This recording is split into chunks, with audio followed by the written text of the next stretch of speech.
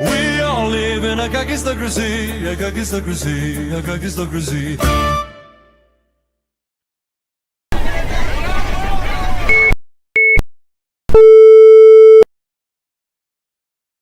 Do something bad to us, we are going to do things to you that have never been done before. We the people tell the government what to do. It doesn't tell us. We the people are the driver. The government is the car. And we decide where it should go and by what route to do. We the people are free. And I hope we have once again reminded people that man is not free unless government is limited.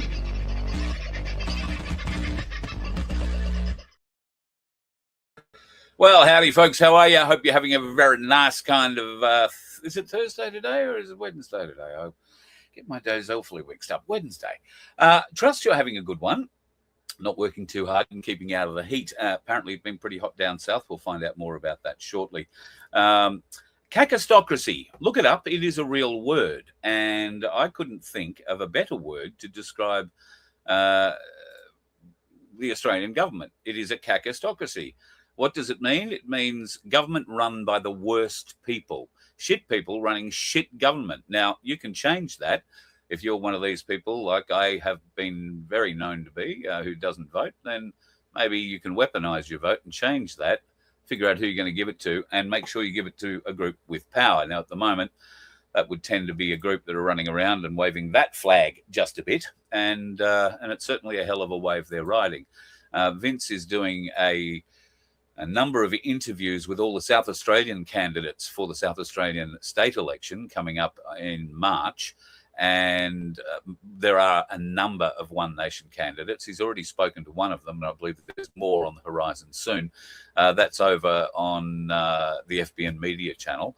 Keep an eye on that if you're in South Australia. And, of course, South Australia will be a very important election for One Nation, and it will, in some respects, dictate what they do going forward. But based on figures like this, they are on the lift, but we are a long way out from the election. And, well, we'll talk about it later. But the way Anthony Albanese's government is going at the moment, along with a number of other Labor governments around Australia, that may not get to see the end of these terms. There is too much corruption going on, and the people are starting to kick back. And that is because we live in a cacistocracy. We all live in a gagistocracy, a gagistocracy, a gagistocracy. Don't ask me why I made it. It just felt good. Anyway, let's get into tonight's show. A lot of people have been asking questions because of silver and gold, the way it's gone up, the way it's gone down. How do you protect your wealth? And more particularly, how do you make sure that that protected wealth, when you think it's protected, actually stays that way? The government has some changes coming up to trust laws and associated other things. And of course, when we want to figure out how to protect our wealth in the best way, we get the best possible people. And of course, that would be Catherine Smith from Freedom Financial Solutions. G'day, Cass. Nice to have you in the show. And joining us tonight from Truth Seekers is Doris. How are you, darling? Lovely to have you on the show. Oh, you're muted. You're going to have to unmute yourself. Oh, no, or your microphone's died for some reason. Can I hear you, Cass? Yeah, can you hear me? Yep. Can you hear me? Yep, got you fine. But for some reason, Doris, your microphone has... Oh, Not. now I heard you. Oh, Say okay. something. Right. Yep, whatever you did then, you twitched and it came to life. Well done. I just So, touched ladies, the... thank you very much for taking some time tonight to join us. Cass, you're the professional, and Doris, you've been through the ringer. The financial system has had a pretty good go for people who aren't aware. You've had your house stolen from you through the banking system, but that's not really the reason we're here tonight to talk with Cass. What little wealth you have left, you're very interested in protecting, as are many people. And I've had a lot of people question me in the last few weeks about how to protect their wealth against bad decisions made by children, marrying stupid people. And I've said there is only one person you can talk to about this, and that is Cass Smith. So I guess, ladies, let's go at it. Cass, you are doing a trust that is called a bloodline trust, and I guess, Doris, you've got some questions about it. Do you want to kick it off? I do. Thanks, Cass, for joining us. We've been Yeah, talking, no. about what's been happening and how to best protect ourselves, I suppose. We really want to understand this from the ground up and help people, families make informed decisions. So we'll start off with some simple questions. So for anyone that doesn't know anything about trusts, and for those of us who are watching and have never heard of what a trust is, what is a trust in simple terms? I will preface the whole thing about the bloodline trust. I can't make it simple. It's taken me 30 years to understand it, but I'll do my best. But I'll start with basic trust. So what is a trust? Trusts have been around since the 1600s. So people have argued that the government's going to crack down on trusts and change trusts, etc. I wrote in a thesis paper when I did my Masters of Tax Law. I don't know why I did that, but 25 years ago, I did a Masters in Tax Law. And my thesis was actually on trusts. And I argued at the time that the government can never change them because there's actually two reasons. The first is they go back to the 1600s and they are set in equity law since the 1600s.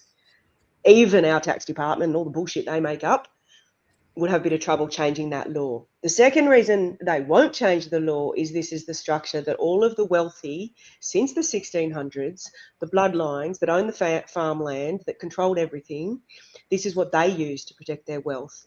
And the current elites and the royals and everyone like that, this is how they protect their wealth. And what is a trust? So it's a really, I have to explain it visually. So let's say I've got this pen and it's worth, it's my family heirloom, it's solid gold, and I'm in the 1600s and I'm going off to war. I want someone to look after this pen for my kids. So I hand it to you, Doris. Say, Doris, can you hold this for me? If I don't come back from war, you're in charge of this and you're going to use it for the benefit of my kids. Sure. That is a trust. That's it.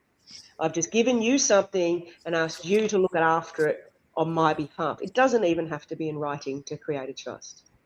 That's what a trust is from the very beginning. However, since then, it has evolved into very complex paperwork and terminology and things and law. But that's the fundamental, is somebody's holding something for someone else. Mm-hmm. Okay. Clear as mud? Clear as mud? No. Well, then I have a question. Does there have to be an intermediary in that process between me and whatever is held in that trust? Yes, there has to be three people. And mind you, I'm also talking about the standard trust that we use for the tax department. I'm not talking about all the private trusts and PMAs and all the other things that have popped up. We can talk about them, but you might not like the discussion. So three parties. There has to be a set law, there has to be a trustee, and there has to be a beneficiary. And the set law is the person who gave you the pen. No, sorry, I need to change this. I've just done yoga. My brain's a bit mushy. There's four people. There's the settlor, the appointor, the trustee, and the beneficiary.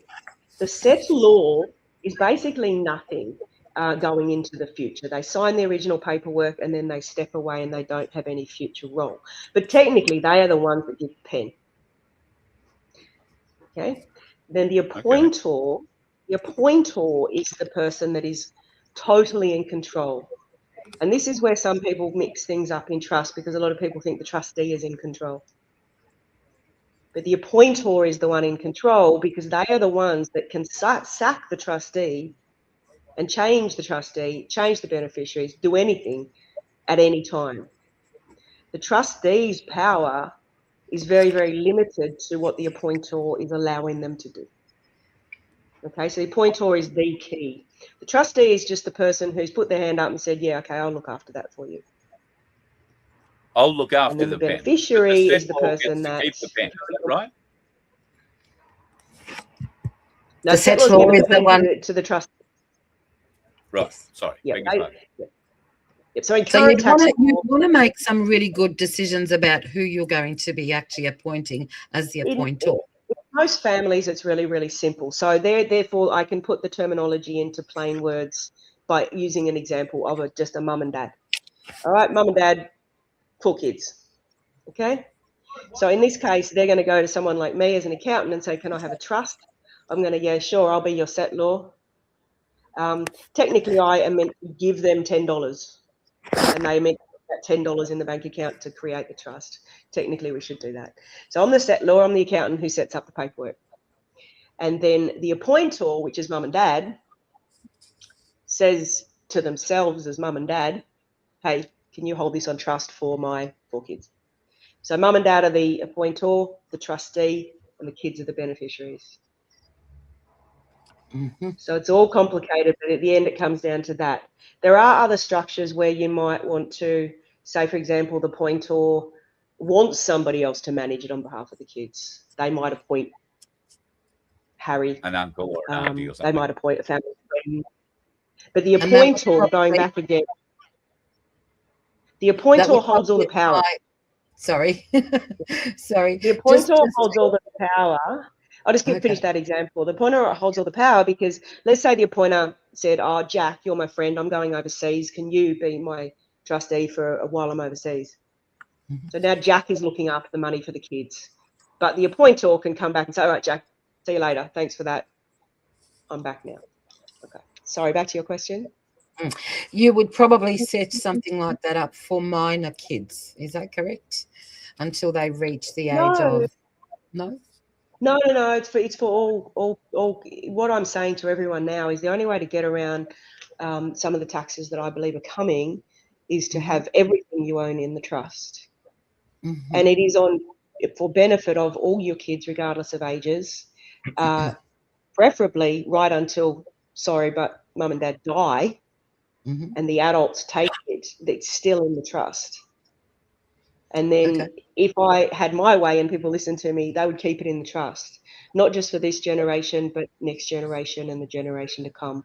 Hence comes the term bloodline, because it's to the exclusion of anyone that's not in your bloodline. So can I ask a question here? If mum and dad die and leave the house in the trust, that's to the benefit of the siblings, all, let's call it 2 or 3 children. Now, one of those children finds a house that they want to live in or they want to go and buy. They have ostensibly an asset or a share in an asset. Do they go to the trust and say, in a bloodline trust way, do they go to the trust and say, I want to buy this house? Can the trust buy this house for me and I'm going to live in it and pay whatever the appropriate rate is to pay for the house? Is that how a bloodline trust would grow its asset base, for instance? Yeah, absolutely. The beneficiaries then continue to keep the money in the trust, continue to invest it. They could sell the property, buy bullion, they could do whatever they want, keeping it all hopefully in the trust, because there's fantastic asset protection advantages and tax advantages. Okay. Now, sorry, Doris, you've got 2 pages of questions. I just think of them as they come along. So you go ahead. So who owns the assets inside the trust? Ultimately, it's for the benefit of the beneficiaries, right? And that kind of brings me to the point of you'll own nothing and be happy because but you won't own them. The parents have given up their right to own them. The trust now owns them. So that is the whole you'll own nothing and be happy because you don't own anything anymore. Yep. You still got the same house, you're still living in it, but it's now in the trust and you don't own it. And Carl just brought up something about a home. And we know that there are advantages in capital gains tax when it comes to your primary residence. What happens when that gets transferred into the trust, though? How does that work? This is where it's going to get more complicated. And I've already seen one comment that it's about as it's very complicated. In the case of a home, in the case of an asset like your home that we want to protect the capital gains tax exemption, and the stamp duty on the cost of the transfer, and the land tax. Yes. We don't actually transfer the title of the house to the trust. Mm-hmm. We gift the equity in the trust and create a loan so that there's no equity in the trust anymore. That all that equity is owed to the trust. Told you it would get complicated. But that is the way we get around the whole, and it's perfectly legal. This has been going on for decades. Mm-hmm. I've known about this strategy for decades. So yeah, that's how it's done. But it's very complicated for people who, it's hard enough to understand basic trusts, but now I'm throwing at you the number one technical strategy that has been developed by a lawyer that's been in this field for 30 plus years, specializing in asset protection, and me as an accountant who's been in it for 30 years, specializing in trusts. So, and even me, it took me quite a while to get my head around that. So yeah, I don't expect anybody to understand that. And that's why you come to But us. it makes sense. It does make sense. But is it more about protection, tax planning, or succession, or all of the above?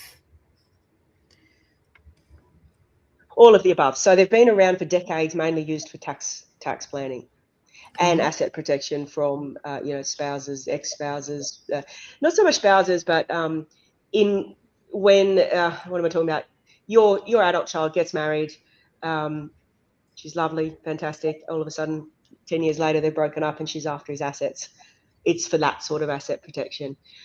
Now, and the reason I've come back and strongly promoting these trusts is the proposed, or I can't say it's proposed, the plan behind the scenes inheritance tax that I believe will come in the May budget, or maybe after, but I would not be surprised. I think Albo is on such a losing streak that, and I've seen governments do this before, where he knows he's in trouble in the next election.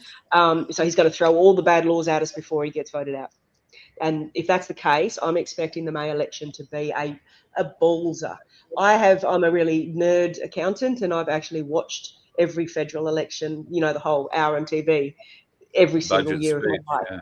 I'm so excited it's budget night, because the fine detail of the things they say is far more important than all the freaking press summaries and everything that carry on for the next week or two.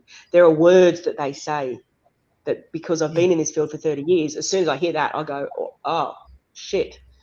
And then what I pick up in watching the budget speech doesn't actually come to law till like 12 months later, but that's the night they plan it, and I watch it with bated breath. And I think this one's going to be a huge one, and I believe they will be bringing in a death tax, which is basically, they call it inheritance tax, so it doesn't sound so bad, but basically it is when you pass on and you want to pass your assets to your adult children, they want to take 30 to 40% of it.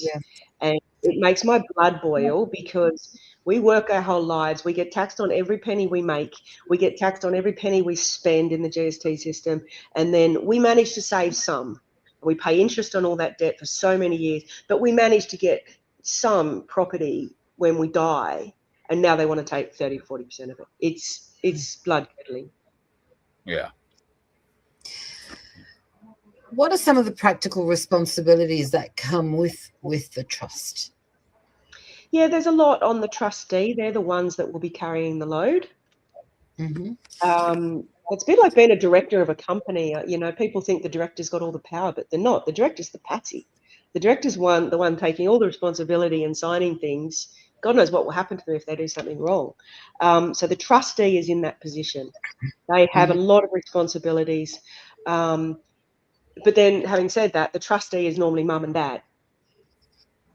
So they're going to do everything, mum and dad looking after it for the kids. So, of course, they're going to do everything in accordance with looking. The main role of the trustee is to look after it on behalf of the beneficiary. So if you go and spend it or do anything bad with it, you're breaking trust law.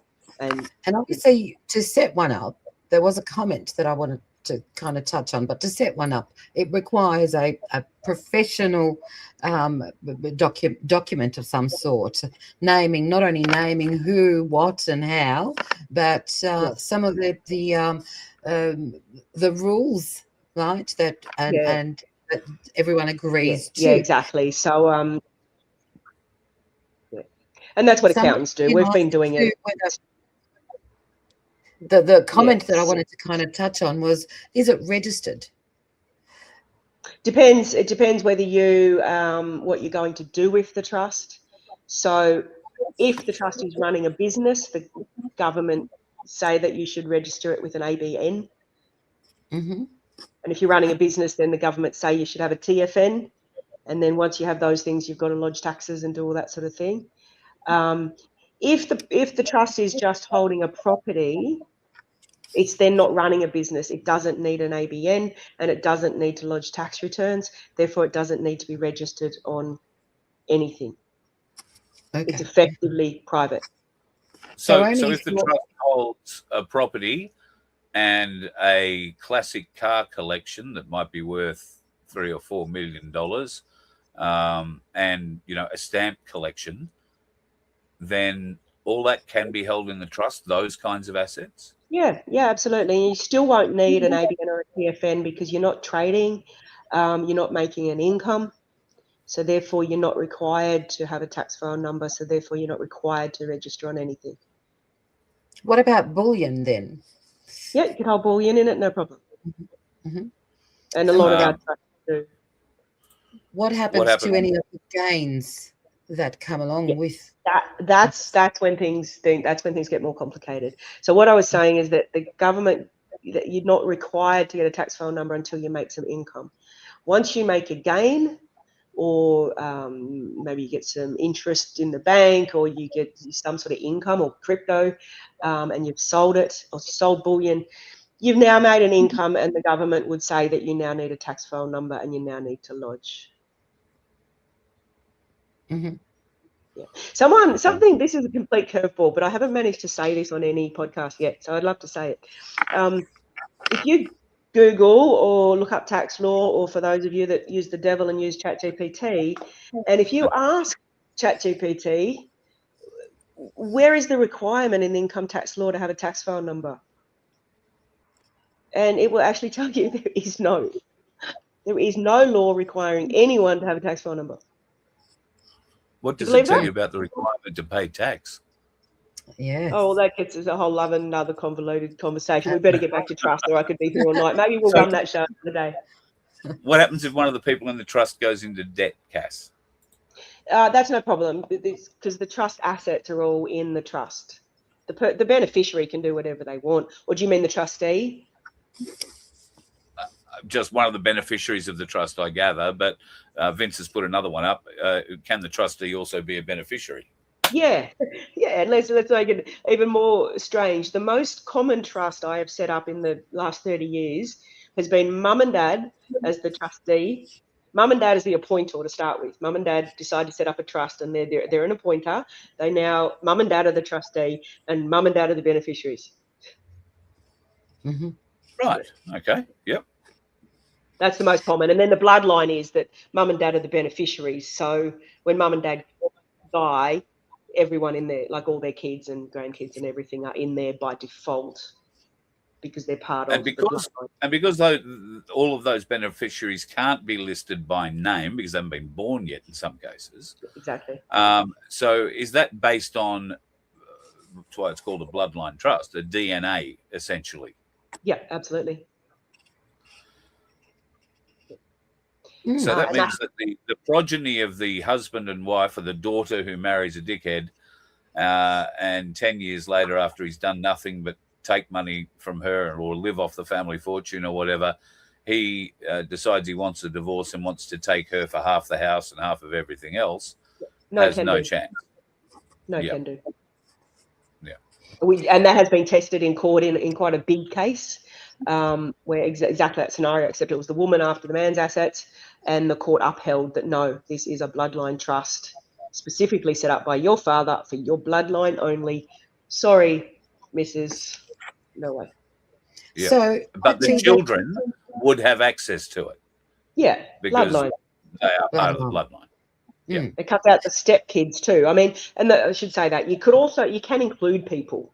So it excludes prima facie everyone who's not bloodline, but you can include and say, oh, hang on, but I do actually like that step kid, so I'll put him in. Mm-hmm. Okay. Is it an irrevocable trust? Yeah. Yeah, good question. No, they're not. For a specific reason. When we set these up, the most common question is, well, what if I decide to sell the house and do something else, and can I wind it up? It's like, yeah, absolutely. So you put it all in, but I mean, the idea is it's irrevocable. Why would you do it and then change your mind? Because you can keep the assets in the trust your whole life, so you wouldn't revoke it. But the power is there that you can if you want to. The idea would be to add assets to the trust, wouldn't it, rather Constantly, than yeah. sell it off? And then hopefully even the next generation adds the assets. Yes. That's what the royals do. If you think about everything they own would be in probably multiple trusts, but they're all bloodline. Nothing ever passes through their actual hands. It just comes down through the sequential bloodline. And that's why they don't lose anything. What is the difference between a trust and a will? That's a question that often gets asked. Two separate, completely different things. Mm-hmm. So a trust is something anybody can set up anytime. It's a very common, some people use it to run a business. It's been around for a long time. It's just a vehicle. It's just like a company. It's its own entity. A will is a document that tells your executors what you want to happen after you're dead. So, a lot of people don't realize that a will can be challenged in court. Can a trust also be challenged? No, and that's one of the big reasons people do it as well. So once we've moved the assets out of your hands, they're now in the trust. In your will probably just be your personal bank accounts, maybe a car, maybe your furniture. All your major assets will now be in the trust, and the trust can't be challenged. So someone can go and challenge your will all they want, but there'll be nothing in it. Now, you did talk about running a business through the trust. How is that taxed? Is it taxed any different to the normal way that a business usually gets taxed? Yeah, and this is why a lot of people have used trust for as long as I can remember, because you can put all the income into a trust, and let's say the income is $200,000 at the end of the year.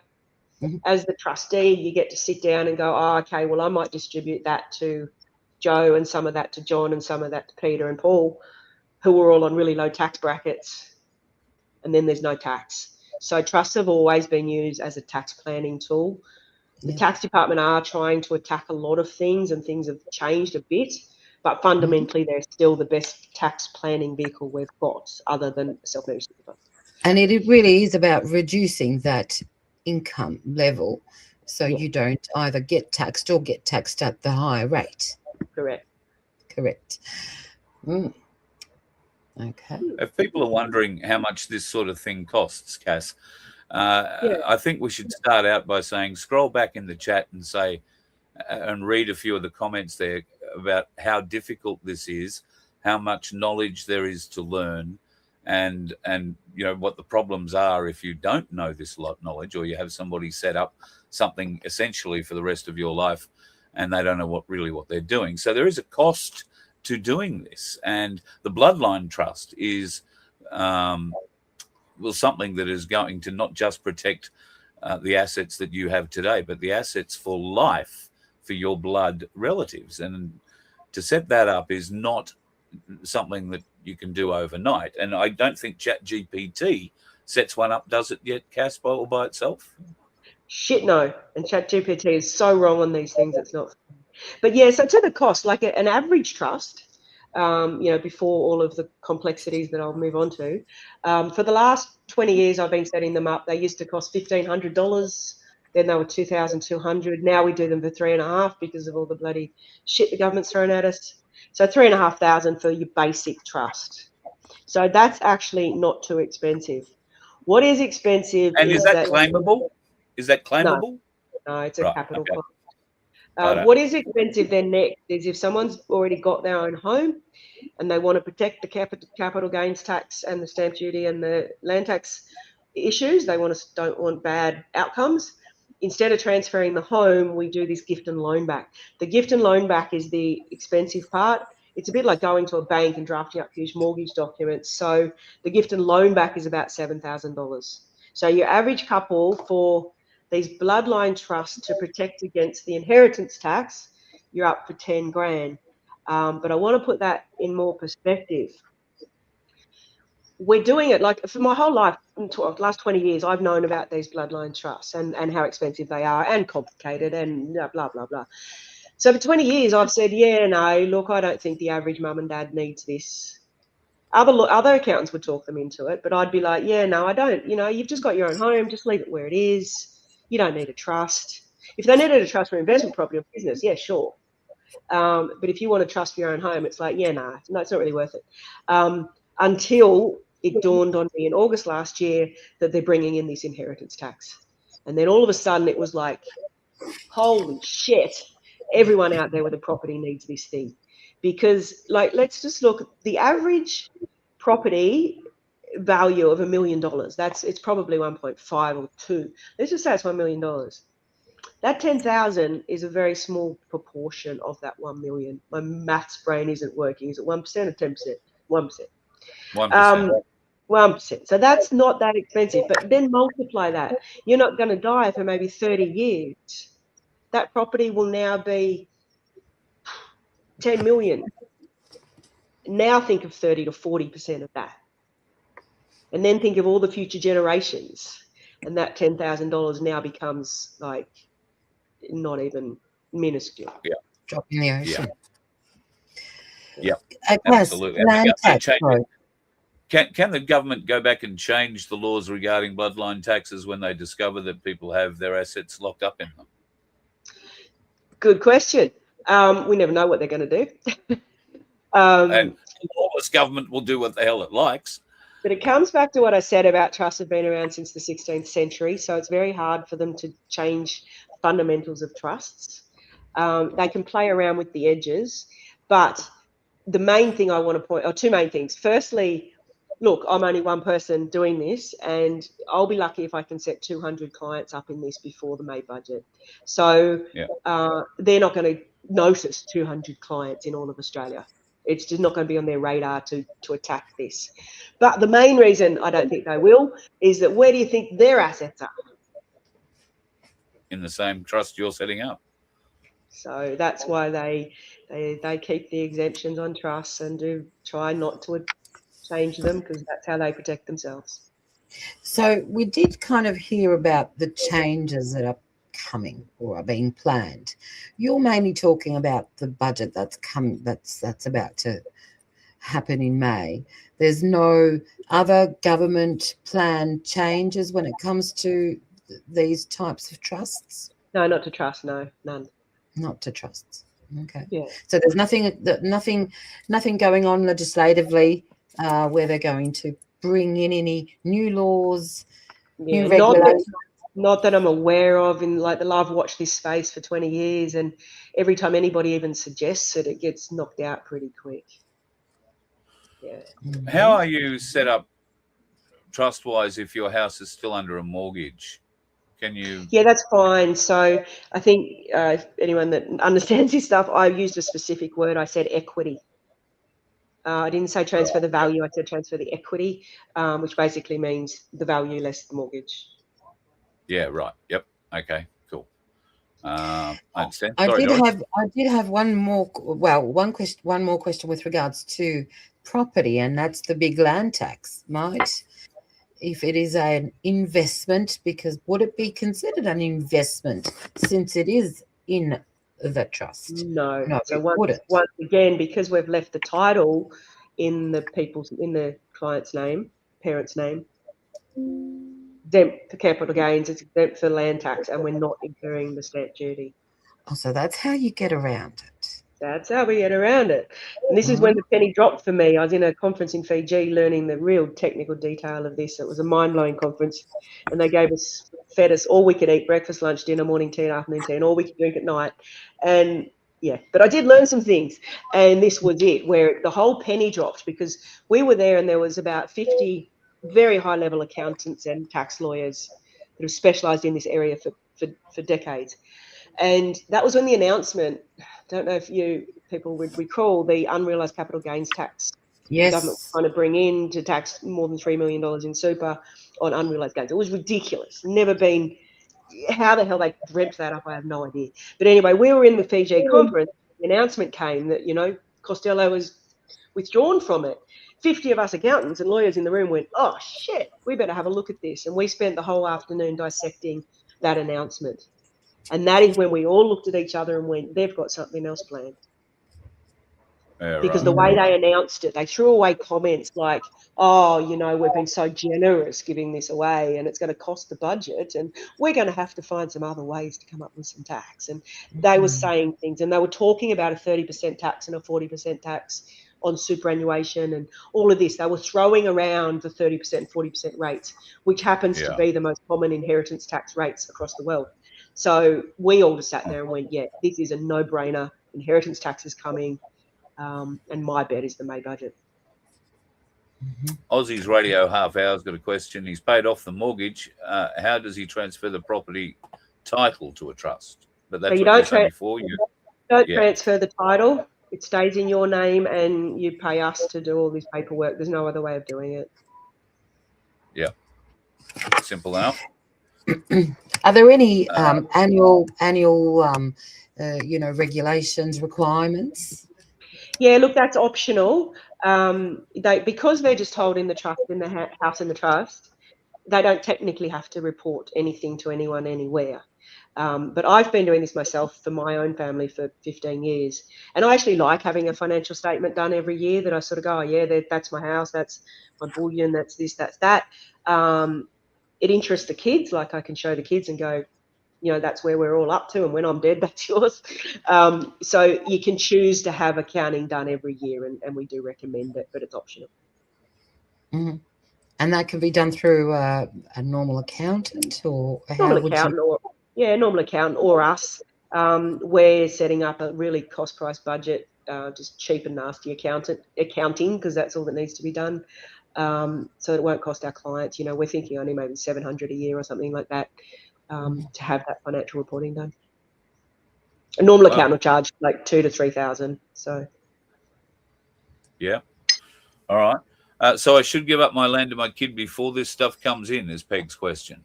Well, that is another option, and that is what some people do. And there's actually been newspapers this week about, don't do that. That's silly. I wonder why they're saying that. I wonder why they're saying that. I wonder why they're saying that. But anyway, no. If you absolutely love your kids and trust them 100% that they're going to look after you to the day you die, by all means, give the kids the properties now. And some people do. Would I do it with my kids? No way. I know my kids do well. That's not very nice. You're going to wear the frying pan that Kiara's holding in the background there in a minute. One of my questions was about the biggest mistakes families make, and that could be one of them. The biggest. I can answer this one because this is something that I can get fired up about. Biggest mistake is not having a will and an enduring power of attorney. Because if you don't have a will and you die, the government step in, freeze all your bank accounts, freeze all your assets, and hold it all, potentially for a year or more, or a long time, and charge a shitload of fees. So who here wants the government to handle your assets when you're dead instead of going to your beneficiaries? You don't. Everyone has to have a will. And enduring power of attorney, believe it or not, is to me even more important, because if you don't have an enduring power of attorney, people don't know this.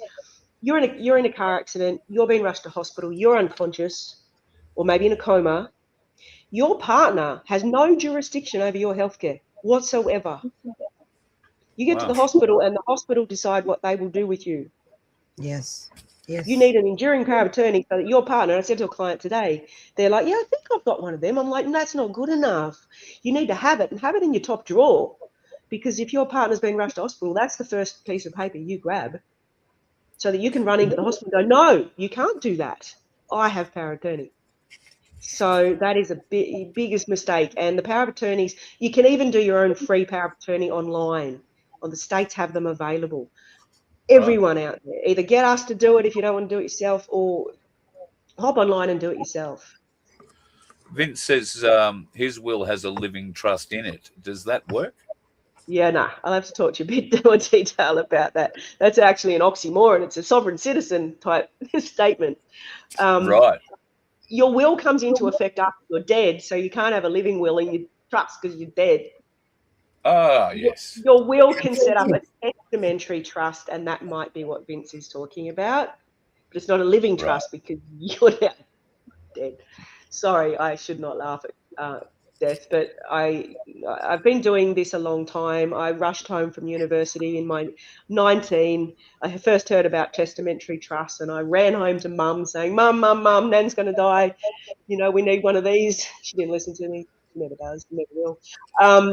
But yeah, I've been fascinated in the concept of estate planning.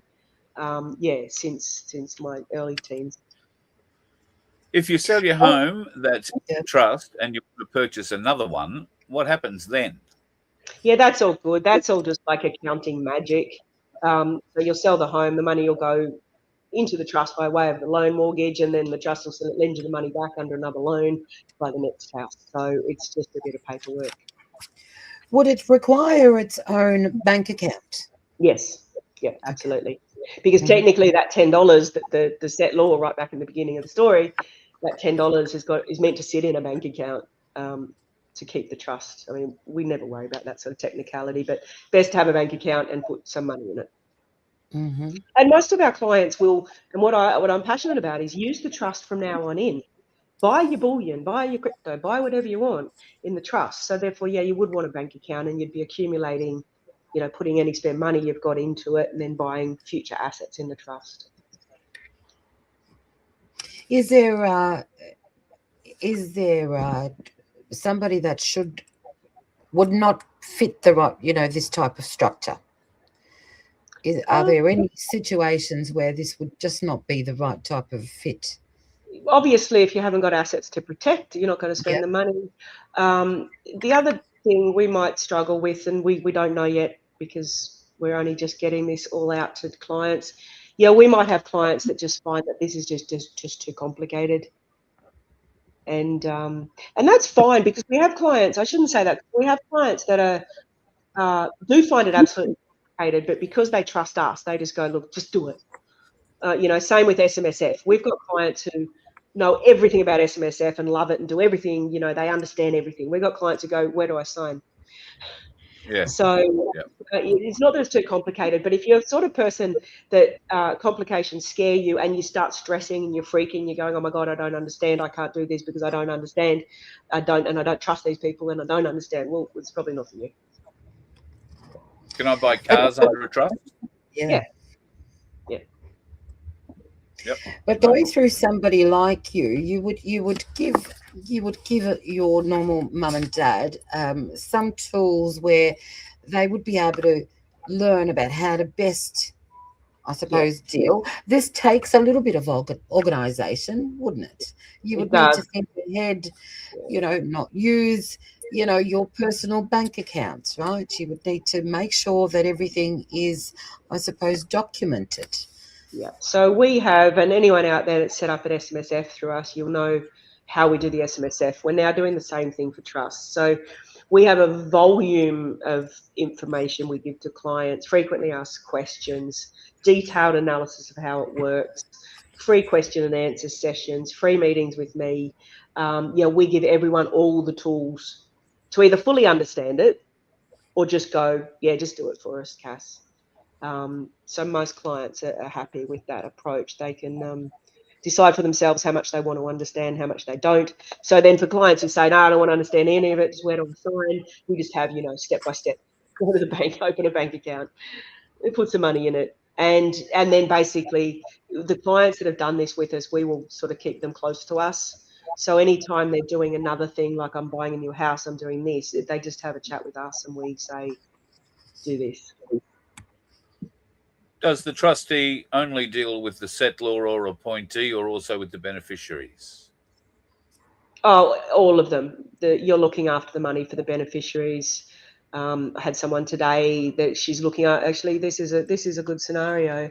So it was a lady, and her best friend passed away, and the best friend had just separated from the father of the kids, and she didn't want the father to have the money.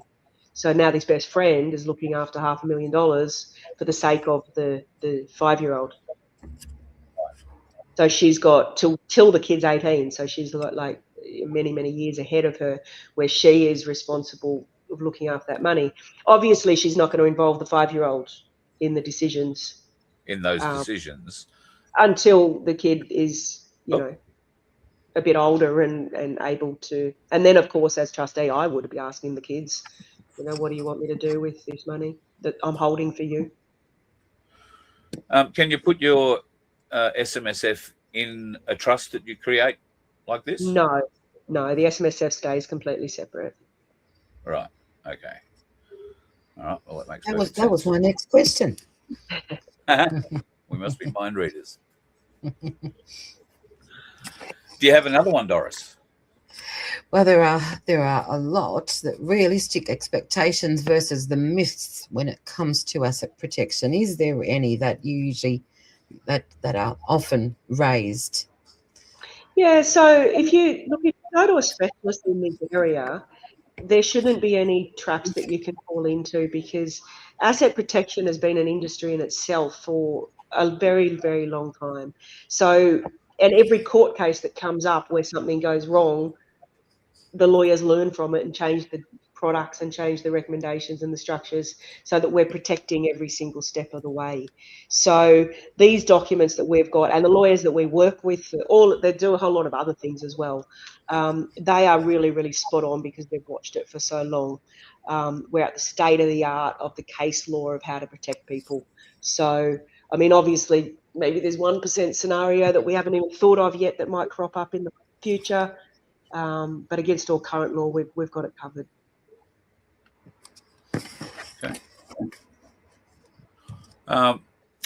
So, Cass, if people have further, I mean, I don't want to fill your inbox with questions. Is there somewhere people can go to get initial basic questions answered? I mean, they figured out tonight how much it's going to cost in a basic sense. And if you want to go the whole bloodline trust thing, obviously each requires its own different conversations.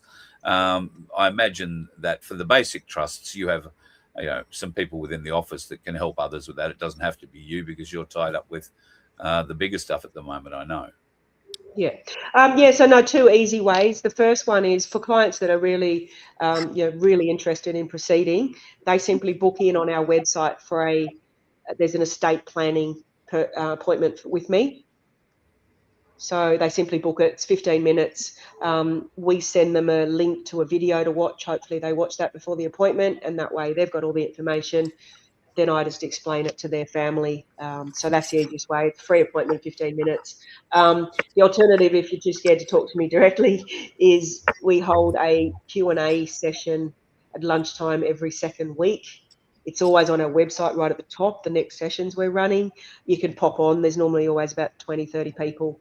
And you just ask whatever you want. Ask it anonymously if you want, and get whatever information you need. Yep. One last question from Debs. She wants to know what do you do if you've got no children? Good question, and we have got clients in this scenario for sure. Some people have nieces and nephews or best friends, but if you truly don't have anyone, then you need to think of a good charity. Voice of Freedom would be great. No, Carl. You need to be a registered charity with the bloody government. All right, the Donkey Sanctuary. That brings me to say, the Donkey Sanctuary, if they're a registered charity. We have actually set up a charity. We haven't officially launched it yet. We've got it all set up and registered. We're launching it in June with Barbara O'Neill as one of our founders. And it's currently called, we're just about to change the name to Future Foundation Solutions. So basically it is, and we got it through the government on the basis that it was for helping people who have suffered medical negligence. I won't say what sort of medical negligence, but so we do have people, we've had one lovely man who's left us a lot of money. We haven't got it yet. He's not dead. Probably won't die for 10, 20 years. But we have set up that foundation for people in that scenario. Even if you want to leave us a bit, if you want to leave us a lot, that's fine.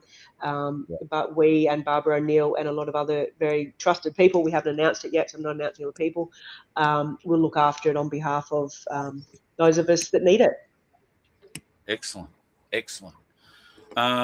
Is there financial assistance for those who can't afford it, like a payment plan or something like that? Yeah, payment plan, but it's not that, it's still a hard one. It's 50% up front and then payments over 6 months. Alternatively, I tell people just to go and get a personal loan or a credit card if they really want to get this done before May. Yeah, and May is critical, isn't it? Because that's when the budget's coming out. Yeah. Yeah. And a little bit of a hint here that we're contemplating leading up to May is there might be a way that we can only for $3,000 just get it set up enough before May, so that it's still going to be okay, and then we can worry about all the rest of it a little bit later. So that $10,000 fee is actually made up of multiple different fees. That's just the total of all those fees put together.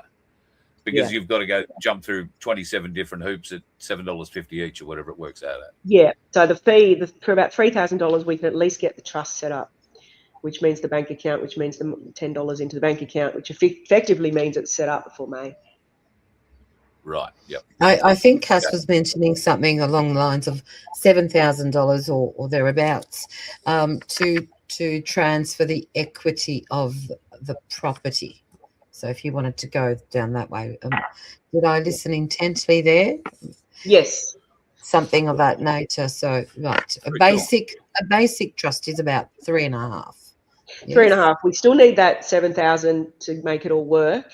But what I'm saying is, for 3.5, we could get it set up before May, so it's going to be compliant before May, and then proceed with the rest of the more expensive stuff when we get a chance down the track. Yeah, but I suppose there'd be a time frame that it'll all have to be completed by. So, which is fair and reasonable, because you want the bloody thing set up and working before the government comes and tries and takes it all off you. So excellent. You got anything else, Doris? I think we've covered quite a number of great questions, and obviously Cass has answered some of those, in-depth questions. So thank you very much. It's okay. It is very complicated, so I apologise for anyone out there if it was too technical, but just no way to answer those questions without the technical detail behind it all. No, but I'm loving the fact that. Yeah, I'm loving the fact that you can actually, reach out to you, watch some videos, join a live session to learn some more, and to hear others also, talk and discuss. So there's more. Yeah, I had effectively retired prior to this. I just didn't want anything to do with the whole financial world anymore. 30 years done enough. And after all the bullshit. So I was just sort of sitting around, Carl would know, enjoying my animals, but for some reason that all failed. So now I'm left with no animals to tend to and no crops to raise. I know a couple of goats that are looking forward to seeing you. I got a bit bored, and that's why I went to this conference in Fiji. And then when I sat there and just went, oh my God, my skills are needed back on the front line, because there's not many people that know trust as well as I do. So I went, all right, shit, I'm back to work until May at least. And I've been working up to 7 days a week ever since. So I went from retirement to, holy shit, working nonstop. But as I said at the beginning, 30 to 40% of your assets when you die, your hard-earned assets, you've paid tax on your whole life, and now they want it. It's just criminal. Yeah. One last question that Sunflowers put up. Did Cass say that the trustee can be a relative? Yeah, anyone that you trust, and that's why they're called a trustee. Yeah, beautiful. All right, Cass, thanks for joining us. Thanks for taking some time out tonight. I know you've had a big day and you're probably knackered, and hopefully Kiana has cooked you dinner and isn't about to tip it over your head for what you said earlier. All right, well, thanks for that, guys. We'll see you again another time, and we should have a chat about tax itself someday, because I've been finding out some pretty interesting things. Oh, beautiful. All right, well, we'll line that one up for our next chat. Brilliant. All righty, see you guys. All right, cheers. Thank you. And Doris, lovely to have you as part of the show. You don't have to shoot off yet if you're interested in checking out some of the rather interesting things that have been happening in the world over the last day or so. What can I show you first up, which I think is a little interesting? Barnaby Joyce has been out. Believe it or not, he is attracting votes in a drift car. That's him wearing a helmet. He was out over the weekend at a drifting event. He's getting out of a Nissan, or I think it's a Nissan Z350. The in-car camera of him shitting himself while being driven around in that is hysterical, but he came out of it, and I think he's probably won a few votes from the younger cohort, which is something One Nation very seriously chasing. It looks like Senator Babbitt isn't a big fan of the new leader of the Liberal Party when he's posting things like this. I mean, I've been calling her a white lady funeral director. I'm not quite sure what that makes him. But Babbitt is not a fan. Do you think Babbitt's already said he won't be recontesting? He's not going to stand up for United or Palmer United or Trumpeter Patriots or whatever group it was when he was elected. Do you think there's a chance he might come across to One Nation? I don't know. Geez, there's a lot of that happening. Well, there are a lot of people supposedly talking about defecting and going to One Nation. But there's definitely talk, yes. Yeah, that's a good way of putting it. There's definitely talk, Doris. There's definitely talk. Speaking of things that people are talking about, and this is probably definitely worrying, just have a look at this.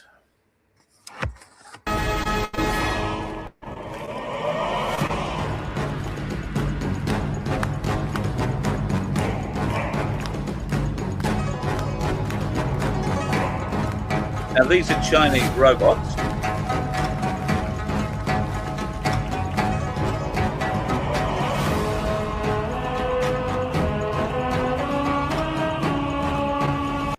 As you can see, they're pretty acrobatic, and you'll see some children in the background with them. Everything you're seeing these robots do is actually a martial arts movement. This is a martial arts dance.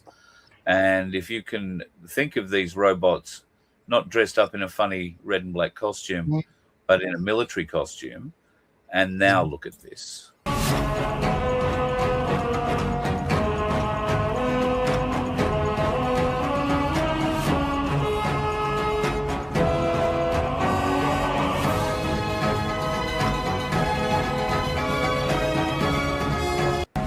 So they come with weapons, as you saw there.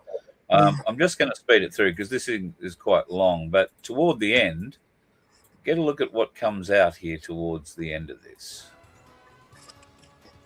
I turned the sound down a bit by this stage. Now it introduces the Overlord robot. Look how tall it is. Its face is very, very different. And it's twice the size of all the other robots. Now look what it's holding as well. Ceremonial sword.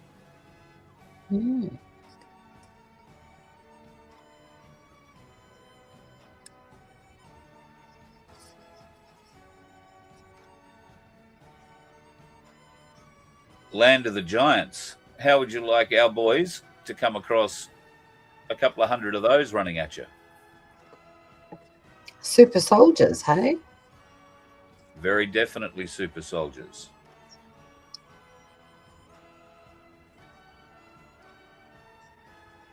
And that is the handing over from young to AI. I mean, that's pretty wild shit. It sure pretty is. Wild shit. Sure is. So that's China. And, of course, China make all the chips. They require an awful lot of silver. People have been saying, oh, my God, silver has died. Silver has died. Oh, it was so high. I've lost so much money. You've lost nothing unless you've gone and sold it. Okay, because the spot price ain't the price that you can buy silver for. And there is partly, well, one of the reasons that this week particularly has been pretty stagnant, if you like. And let me just have a bit of a look. Earlier it was up for the day. We're back up to around $107 an ounce after dropping as low today as 104, I think it was, 103.89 earlier. China is on holidays, right? Yeah, It's Chinese New Year. So the market's closed, the Shanghai exchange is closed, and nobody's buying at the moment because they're out doing the celebratory things that only happen during Chinese New Year. And they do that for 10 days. I think 23rd of February, right? They're coming back. Yeah. So that'll be the day to watch when the markets in China reopen again, because they'll be able to start buying. There is also some interesting dates or interesting other marks around that date. That is that the demands for silver this month, the people who want to pick up the physical silver after being in the futures market, they're going to want to collect, and the banks are going to need that silver. And of course, there are bigger collection months coming up, May being another one. So I think that is all going to lead us to a bit better deal in a month, maybe. I did say by the end of February we might see 200 US. I'm not saying we won't see it by then, but I'm saying it's looking a bit shaky. Yes, Donna, Australia will definitely be the test case for One Nation when they get in. Let's hope that they produce a much better government than that which we get in Western Australia. Although Victoria, I was shocked to see this come up. Victoria has just lost the Phillip Island Grand Prix after it's been there for over 3 decades. I was at and worked at the first 2 Australian 500cc motorcycle Grand Prix down at Phillip Island. Dorna, the company that runs motorsport, basically, the World Superbike Championship and everything that you see on TV and the big boys, is run out of Phillip Island. I can't understand what's gone on there unless somebody said they were agitating to get the race at Albert Park. That would be insanity to have a motorcycle race around Albert Park. At least in the cars, they have some protection, Doris. You know, when they hit the walls right beside them. Motorcycle riders tend to splatter when they hit those concrete emplacements, or their body tends to work a little bit like an onion on a grater when they go up against the fences. So whoever's come up with an idea of running these bikes around Albert Park, you deserve to be put on the first most powerful race bike there is and set off around the track to run a good lap and just see how that goes. Where is the race going to go? We're going to lose it to Australia. There was some talk, I think Sydney tried to steal it many years ago when it was still a 500cc Grand Prix. And in fact, that was the reason that the current Sydney, whatever it's called, racetrack out east, west, whatever it is, was built. It was built specifically to try and steal the 500cc World Motorcycle Championship race from Victoria and get it to New South Wales. And it failed. Bob Barnard, I want to say, is the bloke who built that. Who says I haven't been hanging around motorsport for years?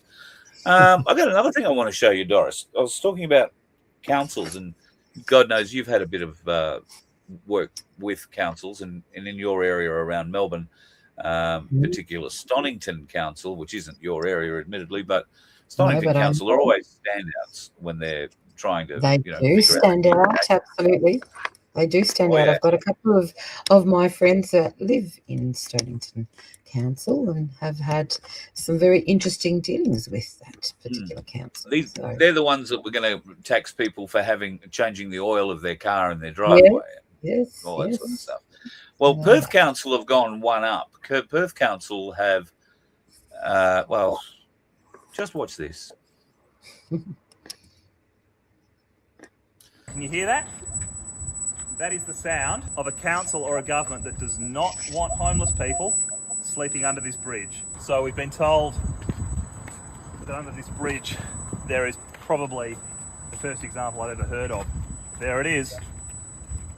That is an audible anti-homeless device. Hostile architecture built in. So what they've done is installed some kind of device that is emitting a high-pitched buzzing noise, a shriek. It's really piercing. You can really, like, it's almost painful. And that's the whole fucking idea. That is the point. I won't let you suffer it any further, but it's exactly the point. That whole piece goes on for about 4 minutes, and by the time you get to the end of it, he has done it in different stages, so he's been there over a prolonged period of time, and he's describing his legs going weak, he's being disorientated by it. The bridge that this was installed under, and he couldn't find where that noise was coming from. I can tell him it was coming straight out of the overhead lighting. So they installed all that shit in the lighting rigs. Do we know how much this little exercise prototype cost? Not yet. The port or the authority, the transport authority, were questioned about who installed it, and they have since turned it off. The guy who did that report put that report up Monday night, and the thing was turned off on Tuesday morning. And they deftly hand-passed it to the Perth City Council, who said, Perth City Council told us to install that there. Perth City Council have come out and said, we just don't want people, antisocial behaviour, people hanging around the bike track and all that. Apparently a little while ago, it was a small tent city down along there because there are so many homeless in Perth, and it was a safe place to go. As they are in every state. Yeah. And so now the council is installing that kind of a device. And I wouldn't be at all surprised. Let me know, folks, if you are experiencing that in any other state. I wouldn't be at all surprised in parts of Queensland. Certain councils might be employing this, but I hope not. At any rate, we should try and find out exactly how much that little, if it was an experiment, cost and what they plan to do with it now. I think we need to please explain and how exactly that funding has been allocated, and could it actually have been used to help the homeless? Yeah, it is. Well, we know the governments are not here to help us, folks. No. They speak with forked tongue, and we've just got to wake more of the neighbours up who still believe the government for whatever reason. I think there is more and more people joining us every day. I think there's more and more truth being exposed on a daily basis. The Epstein Files is doing it in certain ways, but I also subscribe to the theory that the guy who sent this in to me put forwards, and that's Apthralia, home of the Freemason cacistocracy, but we are an apathetic mob.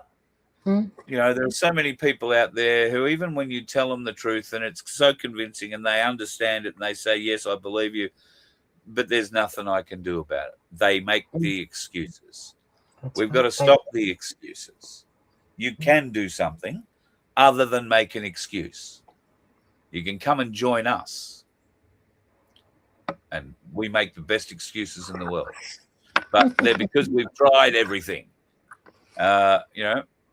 We don't excuse our own inaction. We excuse the actions of others, probably more often than we should.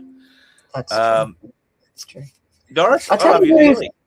I just want to tell you that I have been watching some of the parliamentary questions of late and listening to the ABC radio, and the politicians are doing a very good job of exposing themselves of late. They're doing a brilliant job.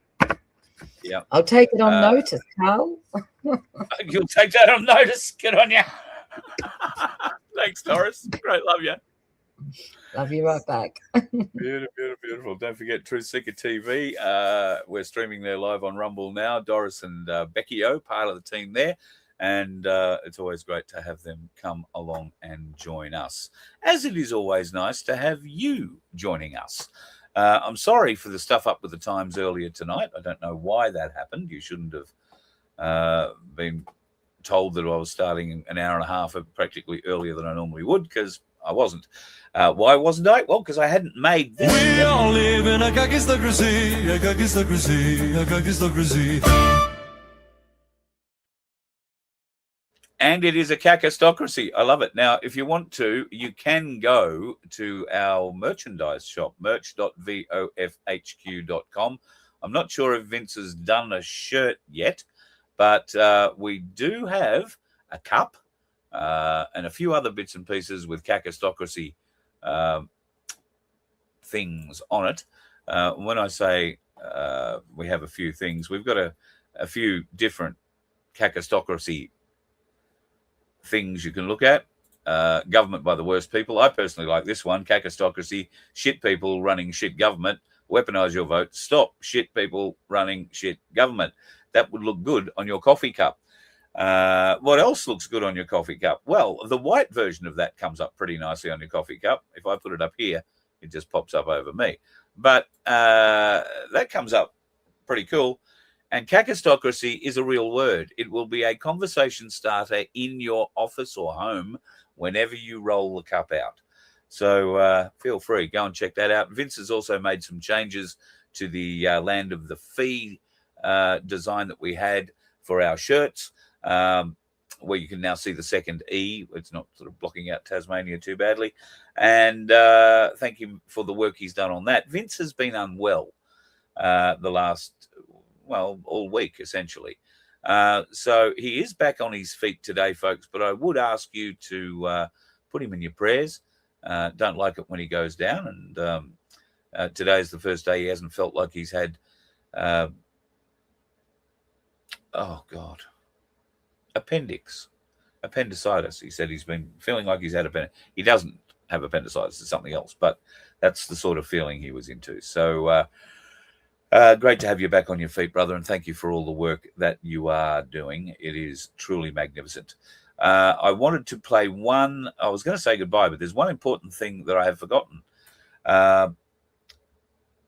Tulsi Gabbard appeared in the White House overnight, and she had some pretty startling things to say. Go over the key findings from the House Intelligence Report, which investigated the claims that were made by an intelligence community assessment ordered by President Obama and published in January of 2017.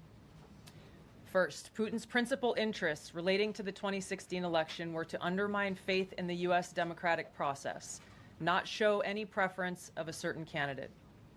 In fact, this report shows Putin held back from leaking compromising material on Hillary Clinton prior to the election, instead planning to release it after the election to weaken what Moscow viewed as an inevitable Clinton presidency. In the January 2017 intelligence community assessment that President Obama ordered, John Brennan, who was CIA director at the time, and the intelligence community intentionally suppressed intelligence that showed Putin was saving the most damaging material that he had in his possession about Hillary Clinton until after her potential and likely victory. The report goes into great detail about the information that Russia and Putin had on Hillary Clinton, which included possible criminal acts like secret meetings with multiple named U.S. religious organizations in which State Department officials offered, in exchange for supporting Secretary Clinton's campaign for the presidency, significant increases in financing from the State Department. Tulsi Gabbard spoke for near 40 minutes and listed the crimes that have been committed by Obama, Clinton, Brennan, and that entire crew. She also listed the crimes that have been committed and exacerbated by the lies in the media regarding the 2016 election and the 2020 election. There are some startling names that have been released. Treason has been mentioned in the same name as Obama and both Bill and Hillary Clinton, Brennan and others. For those people who didn't believe when you told them that the election was rigged, for those people who didn't believe that the truth could ever come out, today is a day to celebrate, because the truth is clearly evident. Clearly evident. They have the suppressed reports written in their own hand, practically, outlining the crimes they're going to commit. It's all there. As we've heard before, they have it all. Now, I would highly recommend you go and check out that press conference from the White House. It is enlightening, to say the least, and it is incontestable, uncontestable, whichever way, from those people who say, just sour grapes, Trump lost and he didn't like it. He didn't lose. It was stolen, and they can prove it. They can also prove that the lies and deception created through the Steele dossier, perpetrated by Obama down, had real consequences for the American economy, real consequences for the American people, and obviously serious consequences for President-elect and then President Donald Trump in his first term, including 2 impeachments. Do you understand that a couple of Pulitzer Prize-winning journalists got their Pulitzer Prizes for writing absolute bullshit provided to them from the Hillary, the Brennan, the Obama camp, and were given Pulitzer Prizes to propagate the lies? Out of shame, should they wish to pretend they didn't know, out of shame, they should hand those Pulitzer Prizes back. At the very least, they should be taken back by the issuing agent. It's bloody disgusting, but it's all coming out, folks. Drib by drab by drib by drab. And eventually, so much of it is going to be out there that even the dickheads on the road aren't going to be able to avoid the truth. You let one ant stand up to us, then they all might stand up.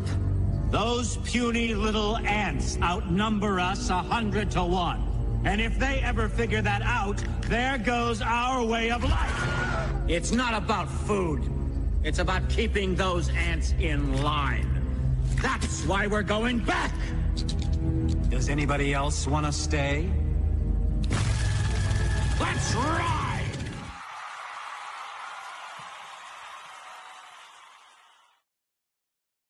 We all live in a gagistocracy, a gagistocracy, a gagistocracy.